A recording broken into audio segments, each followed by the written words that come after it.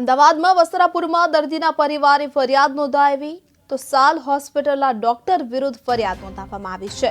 રતનપુરના દર્દીએ સાલ હોસ્પિટલમાં ઓપરેશન કરાવ્યું હતું તો વસ્ત્રાપુરમાં દર્દીના પરિવારજનોએ ફરિયાદ નોંધાવી છે।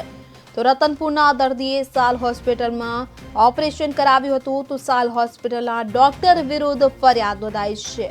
તો ઓપરેશન બાદ દર્દીની તબિયત લથડી અને મોત નીપજ્યું તો સાલ હોસ્પિટલમાં ફરજ પર ડોક્ટર હતા કે યમદૂત તે એક સવાલ ઉઠી રહ્યો છે। તો અમદાવાદના ધંધુકાના રતનપુરના મૃતક ભાઈલાલ સોલંકીના પરિવારજનોએ અમદાવાદની સાલ હોસ્પિટલના ડોક્ટર પ્રશાંત વજીરાની વિરુદ્ધ પોલીસ ફરિયાદ નોંધાવી છે। રતનપુરના મૃતક ભાઈલાલ સોલંકી નામના દર્દીએ સાલ હોસ્પિટલમાં મહાકાળ અંતર્ગત બ્લોક નળીઓમાં સ્ટેન્ડ મુકાવવા ઓપરેશન કરાવ્યું તો ઓપરેશન બાદ તેઓની તબિયત લથડી હતી અને તેઓનું મોત નીપજ્યું હતું।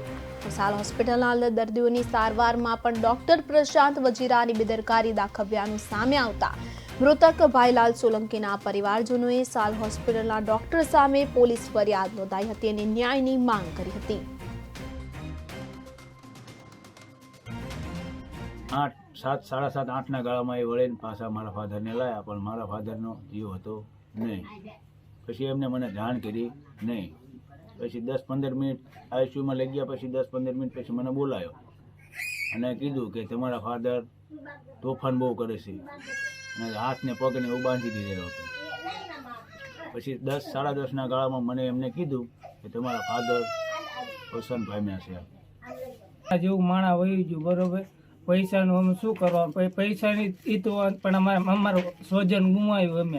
અમે ખોટી રીતે આવડતું ઓપરેશન કરીને અમે કાકાને ગુમાવ્યા છે। અમે થઈ ગયો કે જે ભૈલાલભાઈ અમારા ગામનું એક નાક હતું અને જે આજે અમે એમને ખોઈ બેઠા છીએ અને અમારા ગામને તો ખબર પણ નથી કે આ આવું બની શક્યું છે।